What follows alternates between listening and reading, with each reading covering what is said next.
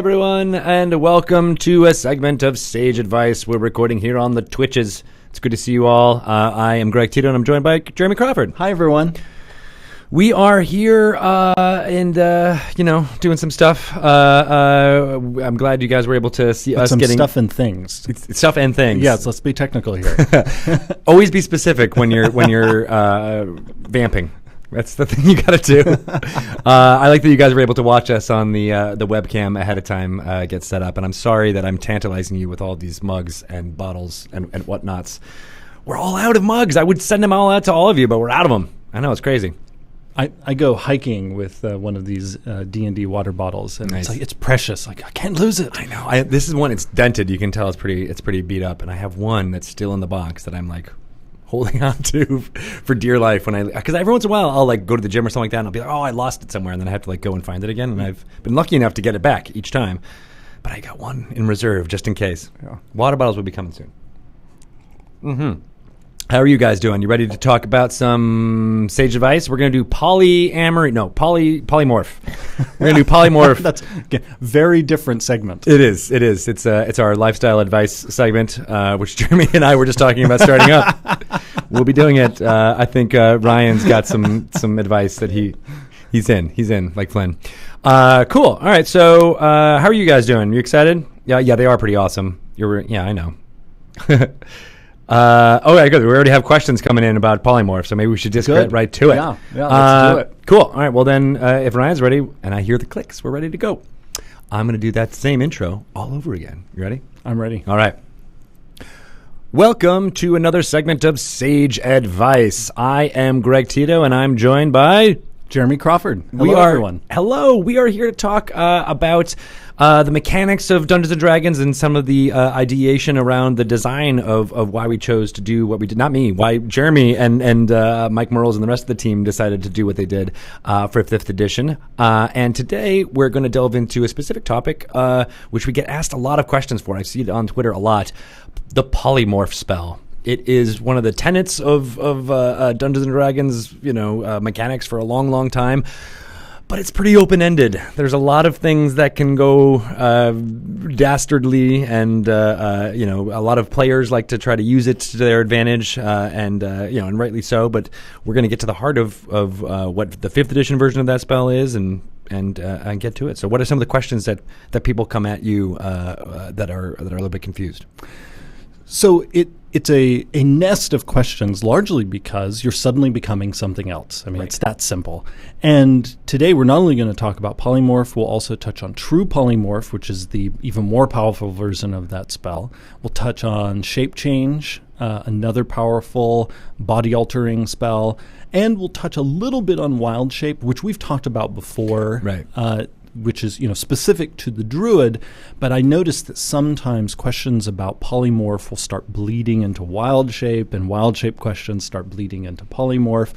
They're interconnected, for sure. Also understandable because each of these different magical abilities, they have certain things in common with each other, but they also have things that are unique to each of them.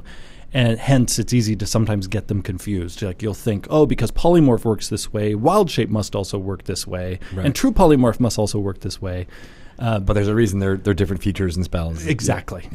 And this is a great example of D&D being an exceptions-based game where we have a set of general rules, but then each exception, and a spell is a great example of an exception, each exception is like a little rules universe unto its own that follows, in some ways, its own rules. And so often, what you need to know for how a spell works is just read the spell. And it tells you how it works, unless, again, it's hooking into some general rules, like if it hooks into certain conditions in the game, or if it relies on certain aspects of the combat system.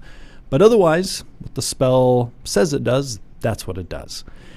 Now, one of the big things that causes people to ask questions about polymorph is the fact that your class features and other aspects of your character get essentially turned off if you get transformed by somebody else with polymorph. And polymorph is it's a very versatile spell because you can use it on your friends if they're willing targets, but you can also use it on other people who are unwilling, and then they have to make a saving throw to see if they can resist it. And then if they don't, they get turned into a beast. Right. And polymorph is also different from, say, true polymorph or shape change in that it turns you specifically into a beast. And what that means is a monster from the monster manual or another official source that has the beast creature type. So you can't use polymorph, for instance, to turn your friends into dragons or into zombies. You're going to turn them into something like a warhorse or a lion, a bear, etc. Right, and that's different from the polymorph that dragons use. And that is true. Is that true polymorph? Is that the difference when dragons turn into? So they have a. This is an example of yet another exception in our exceptions-based game. The dragon's ability is very particular, and it allows the dragons to turn into humanoids, those dragons that have it. That's among the special things about their particular version of this ability. And, I see. Okay. And so that's actually one of the things I most wanted to talk about up front in this podcast is each of these shape-changing abilities needs to be read on its own. So in many ways, it makes everyone's life easier, and that was our goal. We designed each of them so that when you use true polymorph, you don't need to know what polymorph does. When you're a dungeon master running a dragon and you're using that dragon's shape-changing ability, you don't have to care what the polymorph spell says. You just read what it says in the stat block, and that's what it does. That was our goal. We didn't want you to have to kind of think, well, now, what do all these other things do in this constellation of magic for me to figure out how this one thing works? You can just focus on it, and it's your guide. But even when you focus on it, some questions can come up. Right. So your friend, you're a wizard, and your other friend who's a wizard is going to turn you into a panther for whatever reason. You've decided, I want to be a panther. So bam, you're a panther. I like panthers. They're all cool. Right. So one of the things that the polymorph spell says is that your game statistics are replaced by the creatures. Now, sometimes this expression, game statistics, throws people because what that's getting at, that is basically shorthand for the stat block of the creature basically replaces your character sheet. Right. So all of those saving throws, ability scores, attacks, everything is just what's in the monster manual. Exactly. Really, it's basically what it's telling you is take your character sheet, set it aside, take the monster stat block, and you're now playing that monster. Now, is that true, including intelligence? Like, are you the same sentient being, or do you get dumber when you get turned into a beast? So what happens, and again, this is an area where polymorph is actually is very different from, say, the Druid's Wild Shape. Right. Polymorph replaces all of your ability scores, including your intelligence, your wisdom, and your charisma. Oh. All that you retain is sort of the core of your personality and your alignment. Everything else about you changes. So you are, if you get, say, turned into, you turned into a Labrador, you are basically now a dog. But in there somewhere is your personality. You've always wanted to roleplay a dog. Now you finally can. You can do this. You can do this too. For the duration of the spell, which it's a concentration spell. So often if polymorph is being used against you offensively and no one in your group has dispel magic available, the surest way to get your friend out of that form that they don't want to be in is to beat on whoever casts the spell to disrupt their concentration, end polymorph, so that your friend can be restored to their natural form. Right. But that can be a very dangerous thing, especially in, say, a deadly adventure like Tomb of Annihilation. If you're in the jungle and you're starving and you turn into a panther, for example, where's the most food is right next to you in your party, right? So like a dumb animal would just want to eat the thing that's most next to them. But this is why it's key that you do keep your personality. So the intent there is you still know who your friends are. So you're way less intelligent about it. You're probably not going to be as wise. You're not going to be as charismatic as you were, unless unless all of those scores were your dump stats. I can imagine a rare character who might actually see some ability score increases. Go up. Yes, when they get transformed into a beast. You barbarians out there. But yeah, your personality and your alignment are the same. So if you were lawful good, you're going to be a lawful good golden retriever. If that's what you get turned into, you're still going to know who your friends are. Okay. You know who the people are you care about.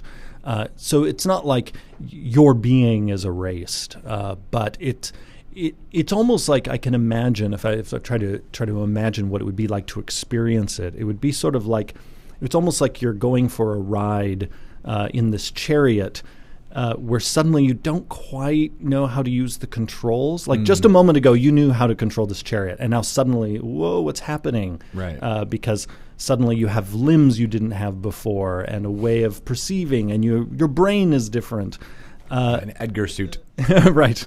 So what it means then is that when you take up that stat block and use it instead of your character sheet, it means you're not using any of your feats if your character has them. You're not using any of your class features. You're not using any of your racial traits. All of that gets set aside. Okay. Which means it's actually a kind of simple process at the table. Is just grab that stat block, and that's what you're now playing. Right. Until the spell ends. And you can use that to your advantage if it's got better attacks. Say if you're a wizard, you get better melee attacks. If you're transform into gorilla or something like that. Like I feel like that's a lot of people use it that way. But then also being able to sneak around, that kind of thing. Right. Yeah. Just as druids can use wild shape to gain physical capabilities they lack in their humanoid form, you can use polymorph on your friends and even on yourself to gain, maybe the ability to breathe underwater, to fly, to climb walls, to sneak into an area unnoticed because they don't care that a group of dogs just ran in. Yeah. There are all sorts of neat exploration uses that polymorph can be put to, and even some social interaction uses. I can imagine a situation where, that Duke that everyone suspects of being the villain has agreed to meet with only one member of the party. Well, that member shows up with their pet dog, who happens to be another member of the party polymorphed. Yeah, right. And then the duration would have to end for the polymorph to end because you wouldn't be able to dispel magic on yourself as a. If you cast it on yourself, then you can just stop concentrating because it's a concentration spell. That's something that a dog could do. Yep. Got it. And that actually leads to one of the questions I get. That perfect segue. I did that completely on purpose. You're always great at that. So people often wonder, if you cast it on yourself, does it interrupt your concentration? And the answer is no. The concentration rule outlines for us what breaks concentration. That is, taking damage has the potential to break concentration. You then have to make a saving throw to see if you're able to keep your concentration going. Mm-hmm. Concentration is also broken if you start casting another concentration spell. And then it's also ended if you're incapacitated or you die. So see, in that list is not included having your body changed by magic. And the polymorph spell does not say this ends concentration.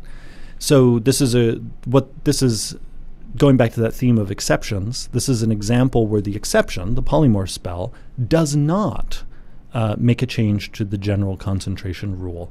And so yes, you could indeed cast it on yourself and then end concentration to end the spell. Makes sense. But then you can also, if you have a friend who's a spellcaster, cast it on yourself, but then have a buff spell that you're also concentrating on, like a fly, for example. Say, yes, so if someone else polymorphs you can then keep concentrating on another spell. Exactly. So flying golden retrievers. Yes. All right, good. Yes, awesome. Just want to make sure that's out there. Make it a thing. They should be flying everywhere. And I love golden retrievers. Yeah, they're very, as someone said in the chat, they're a charisma of 20. Yeah. All golden retrievers have a charisma of 20. It's in the book. That's right. We're going to change it.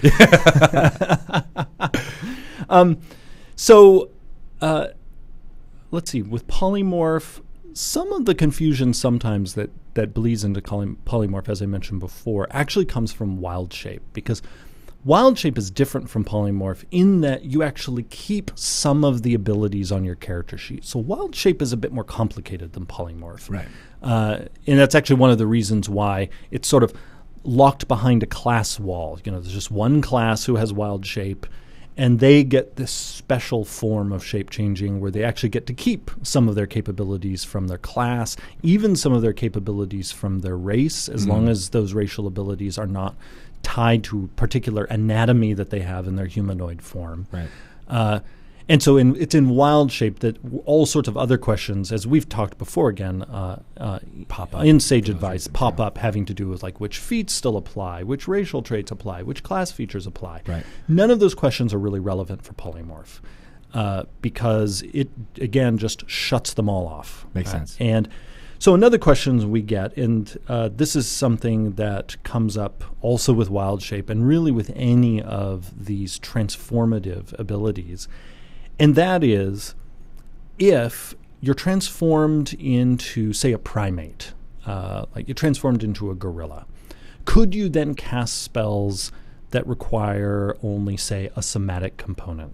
Because you can use your hands. Right. And this question is prompted by a little bit of text that I'll read in the Polymorph Spell itself. It says, the creature is limited in the actions it can perform by the nature of its new form, and it can't speak, cast spells, or take any other action that requires hands or speech. So the intent here is you simply can't cast spells. Right. That's actually why the ability, or in this case, the inability to cast spells is specifically called out.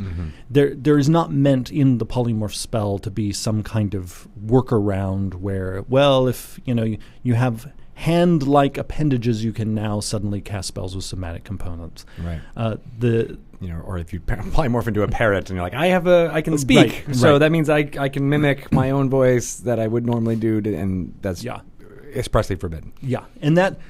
Now, I understand why this question gets asked, because the way we worded this, we sandwiched your ability to cast spells in between these references to hands and speech.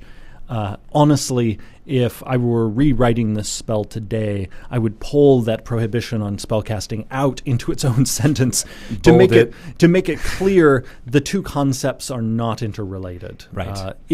This also happened with wild shape as well, if I remember, because there was just the proximity to them in the description. Exactly. Drew a lot of confusion. And the main reason why in our writing these things ended up getting tangled up is because we're just simply thinking of, and here are the things you can't do. This, and this. Exactly. And sometimes when we're writing rules, we will, then once we have hindsight, we're like, oh, crap. Yeah. Because the sequence in which we mention those things can now be read in a way that it seems like they're interrelated, and that if you're able to sort of deal with one part, you can then turn off this part of the prohibition. It's one of the interesting things about writing rules in that things can be grammatically correct, but they still can draw confusion as when it gets in contact with the audience and how they parse it. It's very important. And I think some, So it's been that's why there's 5th edition. Because language itself kind of changes, and we kind of have to figure out how to communicate the best to the audience, how things are intended, and have podcasts like this too. Yes, yeah, exactly. So is there any other things with polymorph before we move on to true? I want to jump down to true polymorph. Okay. True polymorph is the totally bonkazonk spell at 9th level, where you can transform people not just into beasts. You can transform them into other types of creatures. You can transform them into objects. And you can transform objects into creatures. This is just the ultimate, from fairy tales of, I turned that chair into my new servant. This kind of craziness. This pumpkin is a carriage. Exactly. Yeah. Exactly. This is the spell that allows essentially the fairy godmother from Cinderella to do her job. She's an 18th level wizard. Interesting. I didn't. She was powerful. She was pretty powerful. Yeah. But there was limitations. It had to end at midnight. I think she just made that up. Yeah. All right. You need to have deadlines to get anything done. And most spellcasters are, they're kind of impish and cranky, and they just like to mess with people. This makes sense. Yeah. All right. So that's So this has so many more questions must come from True Polymorph for this reason. Yes. And actually, now that I'm talking about True Polymorph, I also want to talk a little more about Polymorph, about the two of them together. Okay. About one little bit of clarification that we made for both spells in the errata for the player's handbook. Right. So a change that we made in both spells is we made it clear that the spells have no effect on somebody who has 0 hit points. I'm bringing this up because some of our listeners might not have seen the player's handbook errata and aren't aware that change was made to the spells. Now, people might wonder, well, why did we make that change? It seems rather strange. I was just going to ask that question, but good. So both spells are similar to the Druid's Wild Shape in that when you are transformed into whatever creature you're transformed into, you adopt that creature's hit points. And so it was not our intent for these spells to be used as healing spells, where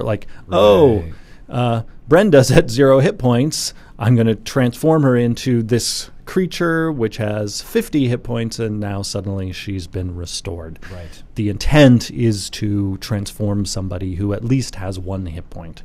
And we realized after publication that the way those spells were originally written, they literally could be used on somebody at 0 hit points. But they still could. I mean, they could still act as healing if it was cast on someone with 1 hit point, for example. Would they go up to 50 the whole shape that you just made, or would they still be a 1 hit point gorilla, for example? With these spells, you assume the hit points of the creature. So it is not technically healing. Basically it's a replacement. You set aside your hit points. They stay whatever they were. So if you were at 1 hit point when you got turned into that gorilla, your true form still has 1 hit point. But now you have the hit points instead of the gorilla. You don't add them together.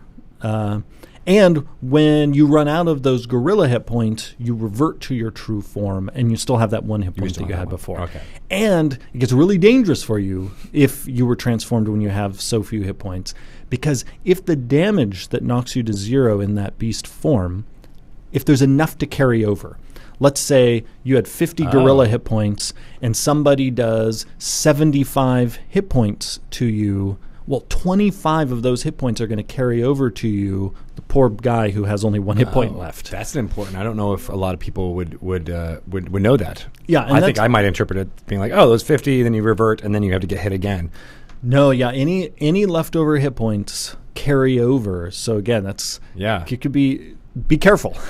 Yeah. It could be a last-ditch thing if you're going to get smashed again, like, run away, as a mouse or something like that. But be careful, right? I like that. Interesting. Yeah. All right, cool. But just real quick before we move on to something else, there's a guy in the chat, Dragon UI. We'll do some questions after the end of this. So I just want to make sure I let you know we see you. But we'll do question and answer after we're done with this segment, just because this isn't really a Q&A thing at this point. But we'll get to it at the end of this, I think. Yeah. Okay, cool. And then we'll cut that out, Ryan. Who's paying attention? All right, cool. Back to what you were saying. So, even though Polymorph and True Polymorph are not healing spells, a wizard or another spellcaster who's casting these spells could certainly use them to bolster somebody who's low on their hit points. Pick an animal form. Right. That is more resilient than this poor person who's near death. A blue whale, for example. Right. If it is of the appropriate challenge rating, because there are challenge rating limits in both of the spells. And we don't have blue whale in there. Darn it. We should. We do have whales. Yes.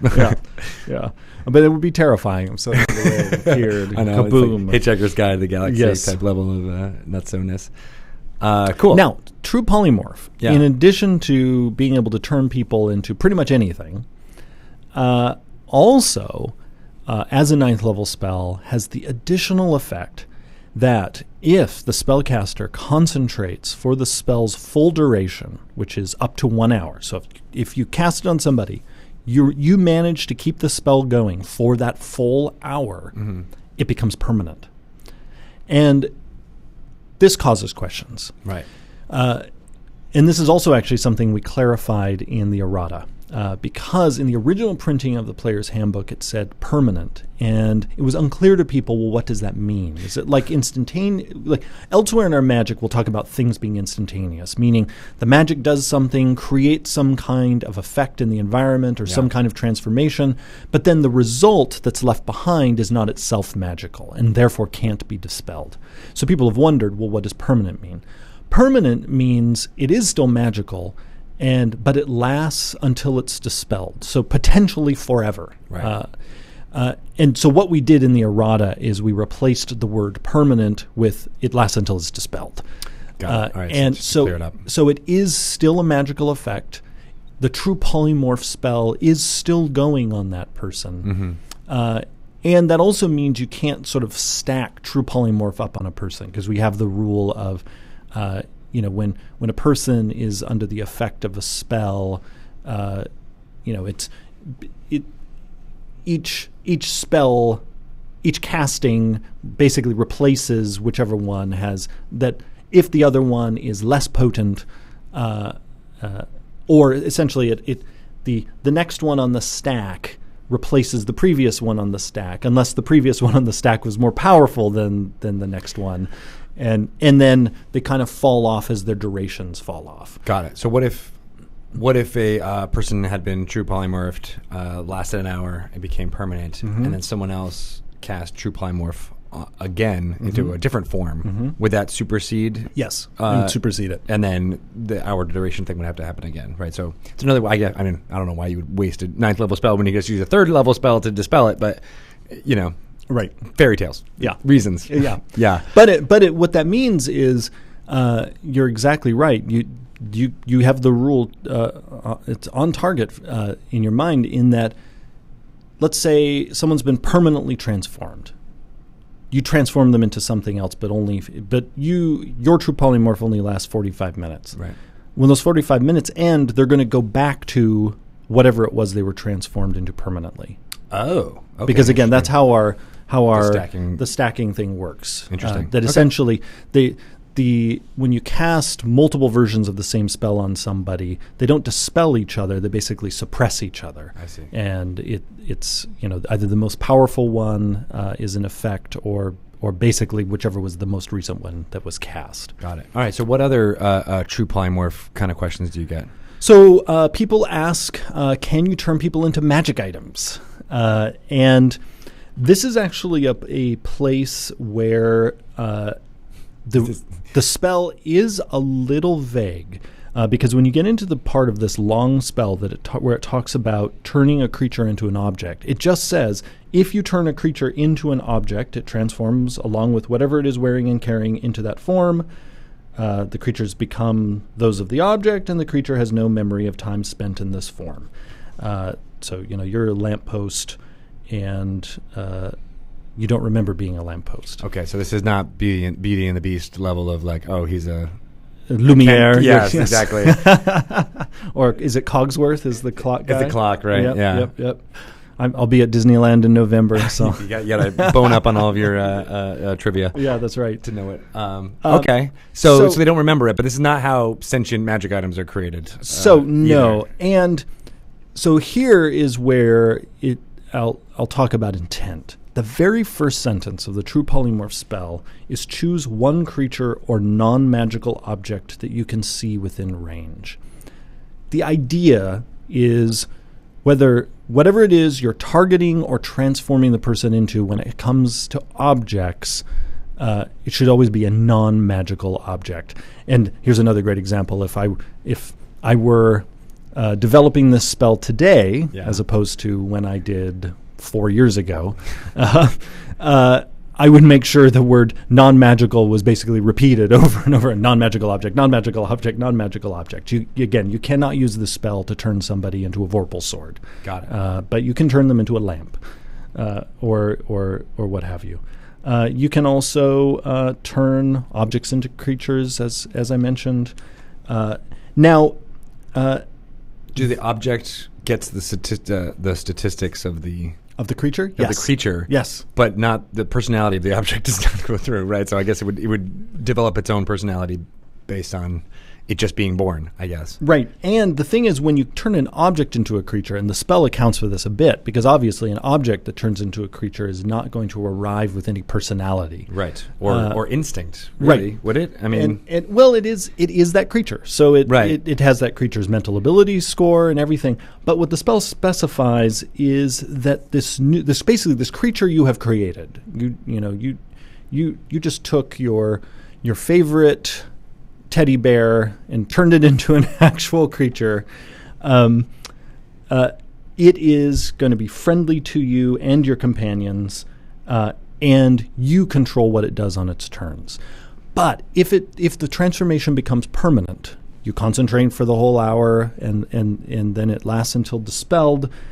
Then you no longer control the creature. It basically then becomes an autonomous being. Okay. And this is again why I talk about the spell being totally bonkazonks, because talk about some wonderful kind of fairy tale magic. Like, you just created somebody or something. I mean, it's like a Pinocchio, Yeah. I mean, this is deep in Disney lore, Yes. I guess, at this point, Well, right?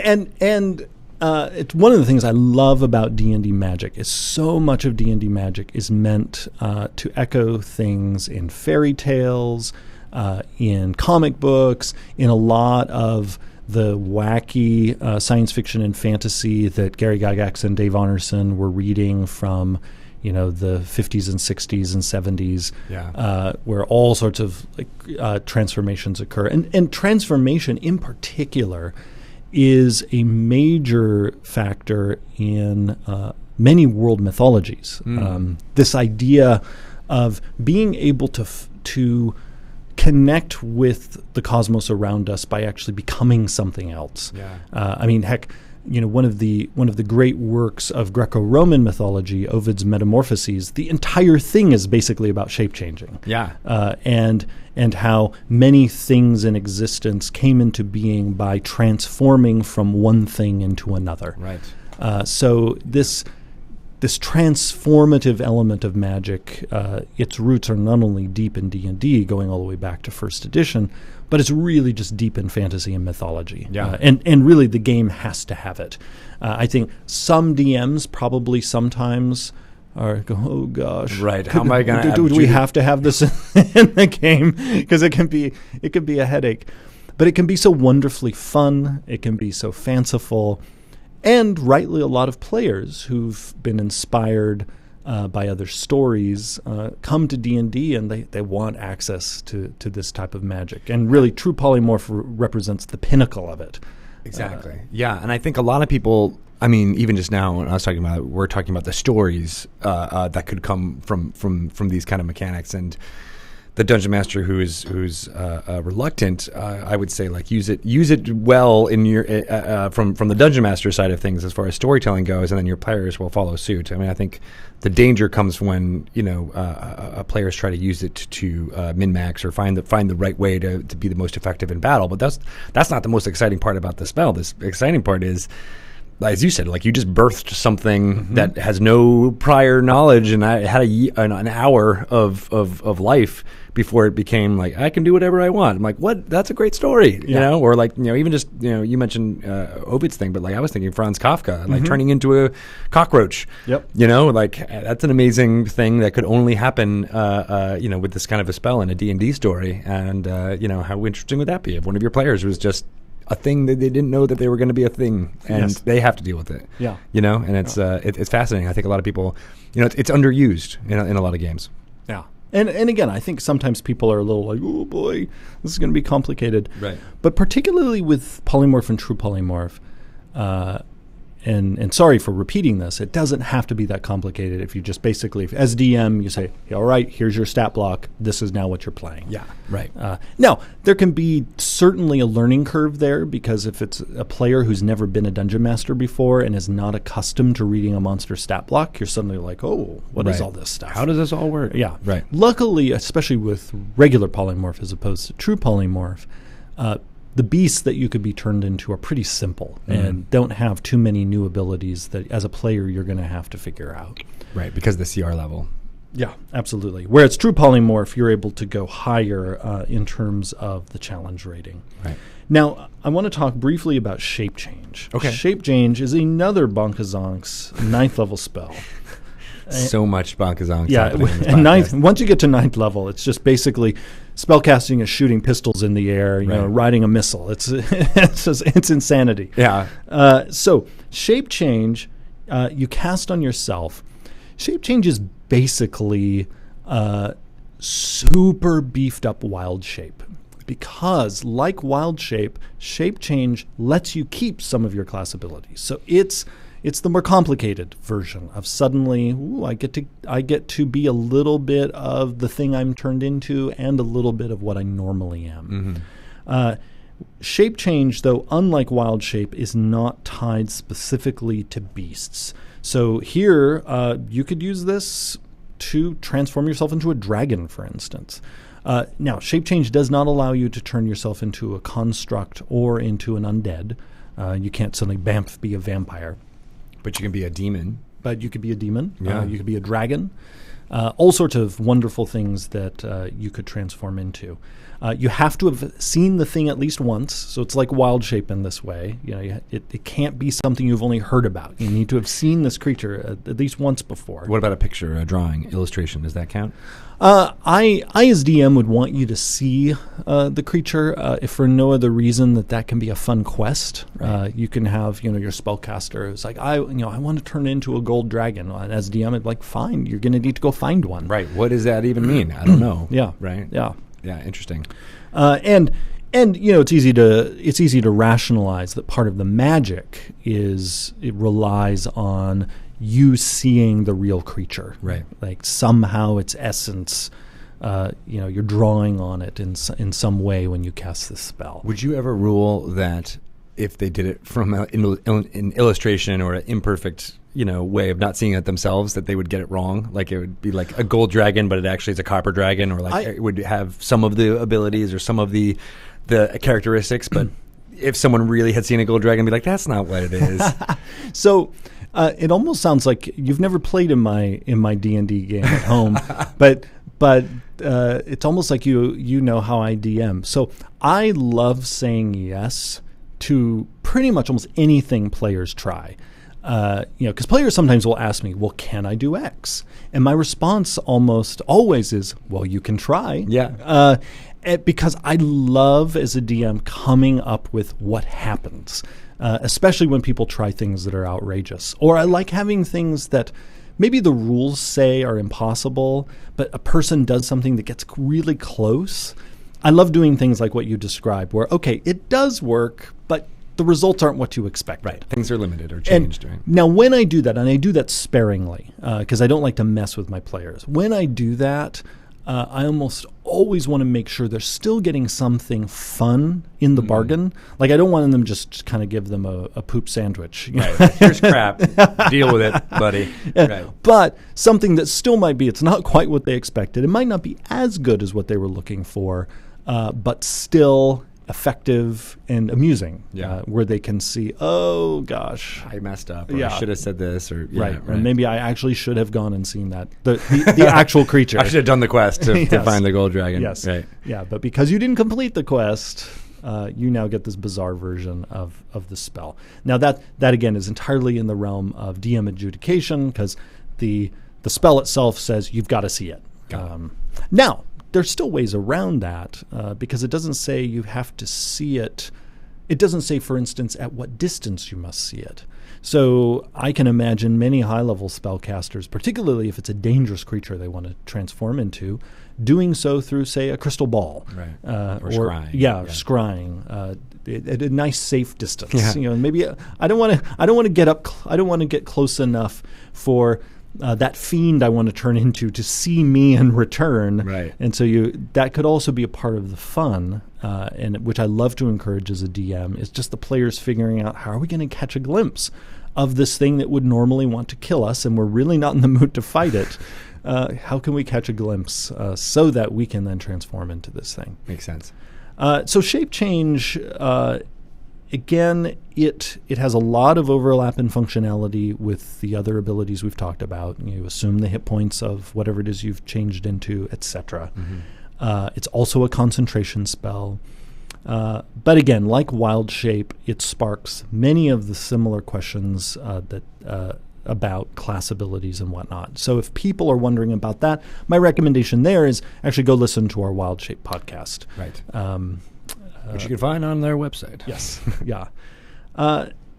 So that really is sort of, those are the three biggies: polymorph, true polymorph, and shape change when it comes to our spells that transform you in some radical way.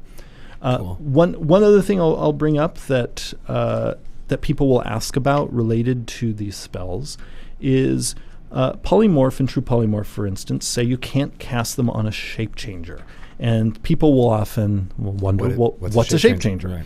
So the idea is, and this is our intent with all of our rules, is we don't want you to ever have to guess about things.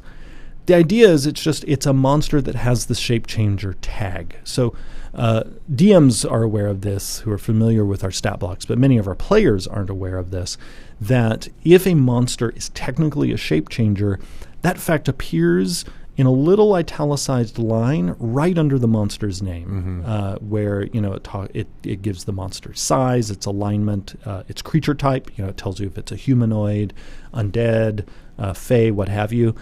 Up in that same line, if the creature is technically a shape changer, that fact is noted there. So it's just that simple. If it's a shape changer up there, it's a shape changer, and these spells won't work on it. Otherwise, go to town. That's also important for even the humanoid and that type of type to know which type of thing that you could change into based on some of the other stuff that we've talked about. Exactly. Like dragons can only do humanoids, for example. They can't shape change into a demon. They could shape change into elves or dwarves or anything that has that humanoid creature type. Exactly. Right. Yeah, and humanoid is actually a creature type that causes a lot of questions because it's an English word, and so people will see it and think, oh, this word is referring to anything with a humanoid shaped body, because that's really what the term means when it's most often used in English. Mm-hmm. But this is a case where the game has co-opted the term and made it more complicated.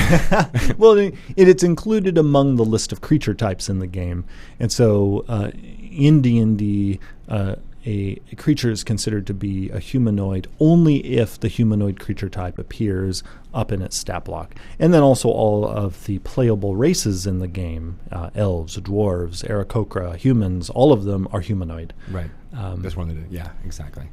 But that's interesting because I guess things like doppelgangers are shape changers. You wouldn't be able to do that anyway, but there are human-shaped creatures who are not humanoids. Well, and so shape changer. I'm glad you bring that up. Shape changer is what we refer to as a subtype.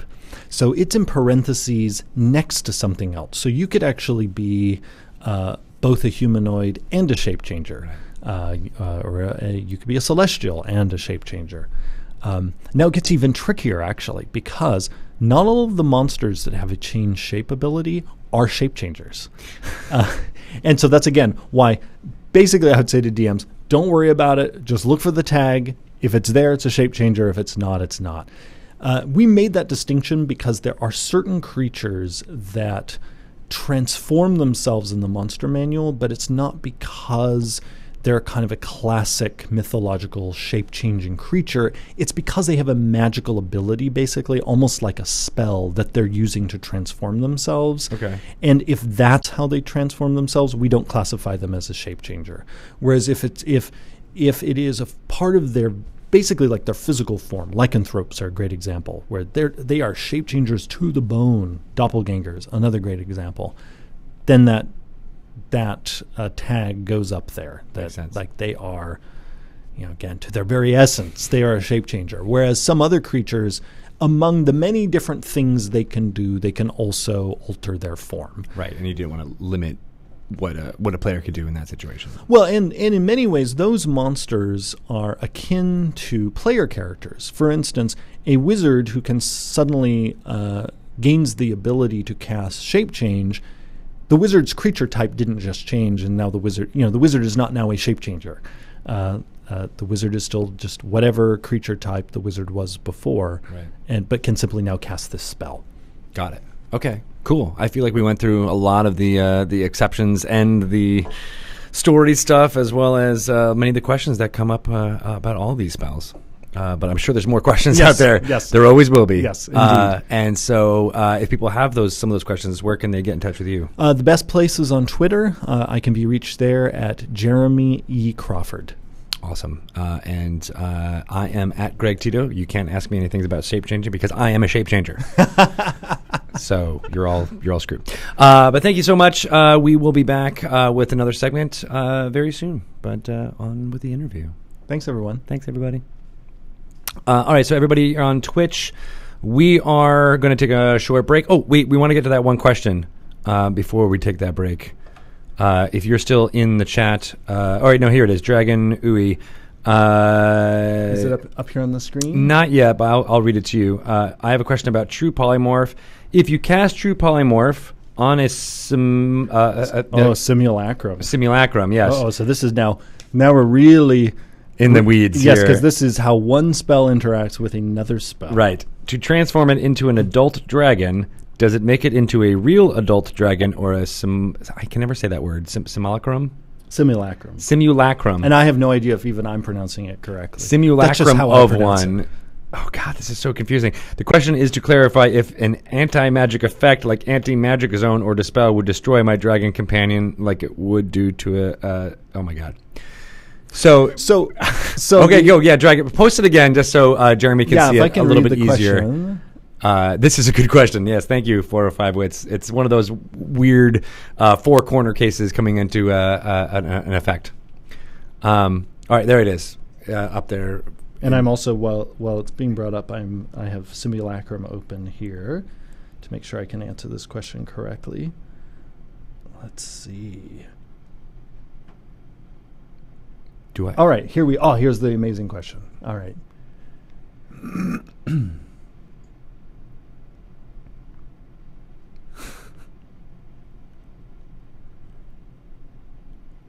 Okay. So, great question. So, True Polymorph would treat your simulacrum like a creature, because as the simulacrum spell says, it is affected, even though it is this bizarre, snow-formed creature, it is affected like a normal creature. It can be, except for, again, the various very particular exceptions made in the simulacrum spell. You would transform it into say, an adult dragon. And so this would fall under, in True Polymorph, transforming one creature into another creature. So if someone is able to end the True Polymorph, then that reverts that dragon back into the simulacrum. But while it is a dragon, it's a dragon. Because again, True Polymorph does what it says. It basically replaces the game statistics with the creature you've become, and when that polymorph effect ends, either because it's been dispelled or the creature you've transformed the simulacrum into loses all of its hit points, then your simulacrum goes back to being a simulacrum. Okay, but it doesn't melt into ice. It would go back into its... It goes back to being a simulacrum, and then the simulacrum can be melted into ice. I see. Because again, the simulacrum, this is why the spell points out, it functions like a creature. And so you can target it like a creature, where True Polymorph can be cast on a creature and turn that creature into something else. Mm-hmm. And so as long as your polymorph spell, say True Polymorph lasts, your simulacrum is that creature that you've turned it into. Okay. Now, that makes sense. Both Simulacrum and True Polymorph last, they're ongoing magical effects, and they both can be dispelled. So watch out. You could dispel one but without dispelling the other? Is that possible? It depends on... If it's a targeted dispel. It depends on what you're using to dispel it. Got it. Because, and the reason why I'm not making a sweeping statement is, in addition to things like an anti-magic field or the dispel spell, various adventures create ad hoc effects that end magic in very particular ways. Right. So sometimes you'll have a hyper-targeted dispel that could appear in in a particular adventure. Like a trap or something like that. Yeah, exactly. Yeah. But then you can have sort of like full spectrum dispel, like an Anthromagic field, Like it where just would just dispel everything gets either suppressed or turned off. Well, it's suppressed. It's not dispelled technically. And then dispel magic is more is knock those spells off. Got it. All right, so I hope we cleared that up for you, Dragon UI. Good question. Mm-hmm. I feel like that has a very specific Yeah. use case. So it feels like you were in an argument there. Yeah, but I guess the short answer to the question is whatever you transform a simulacrum into with True Polymorph, the simulacrum is the thing you transformed it into for the duration of the True Polymorph. It is not a simulacrum version of that thing. Right. But when True Polymorph ends, it goes back to no matter how it ends. Right. Got it. Okay, cool. That makes sense. We're going to take a quick break, about 5 minutes or so, and then we'll be back here, and then we're going to talk about conditions. I think that was the one we're going to talk about, all the stuff that go on with conditions and go through some of them, because we get questions on that a lot. Yeah. Cool. All right, thanks, guys. We'll be back in just a couple minutes.